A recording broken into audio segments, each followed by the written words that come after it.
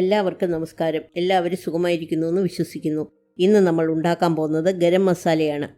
ഗരം മസാലയ്ക്ക് വേണ്ട സ്പൈസസ് ഇതൊക്കെയാണ്: 4 ടേബിൾ സ്പൂൺ പെരിഞ്ജീരകം, 2 ടേബിൾ സ്പൂൺ കറുവപ്പട്ട, 2 ടേബിൾ സ്പൂൺ ഏലക്ക, 1 ടേബിൾ സ്പൂൺ കുരുമുളക്, 2 ടേബിൾ സ്പൂൺ ഗ്രാമ്പു, 1 ടീസ്പൂൺ മല്ലി, 1 ടീസ്പൂൺ ഷാജീര, 2 ഉണക്കമുളക്, 3 ബേ ലീഫ്, 2 ജാതിപത്രി, 1 തക്കോലം, 2 കറുത്ത ഏലയ്ക്ക.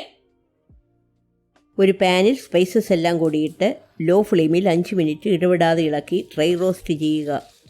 റോസ്റ്റ് ചെയ്യുന്നത് സ്പൈസസിൽ ഈർപ്പമുണ്ടെങ്കിൽ മാറാനും സ്പൈസസ് ചൂടാകുമ്പോൾ ഓരോന്നിലുമുള്ള ഓയിൽ കണ്ടൻറ്റ് പുറത്തു വരുമ്പോൾ മസാലയ്ക്ക് നല്ല മണവും രുചിയും ഉണ്ടാകാനുമാണ്.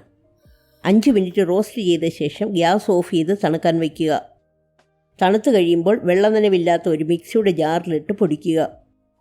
ഞാനെടുത്ത സ്പൈസസിൻ്റെ അളവനുസരിച്ച് 70 ഗ്രാം ഗരം മസാലയാണ് ഉണ്ടായിരുന്നത്.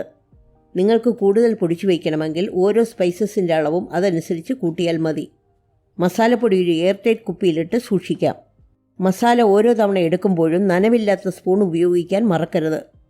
ഈ റെസിപ്പി എല്ലാവർക്കും ഇഷ്ടപ്പെട്ടെന്ന് വിശ്വസിക്കുന്നു. ലൈക്ക് ചെയ്യാനും ഷെയർ ചെയ്യാനും സബ്സ്ക്രൈബ് ചെയ്യാനും മറക്കരുത്.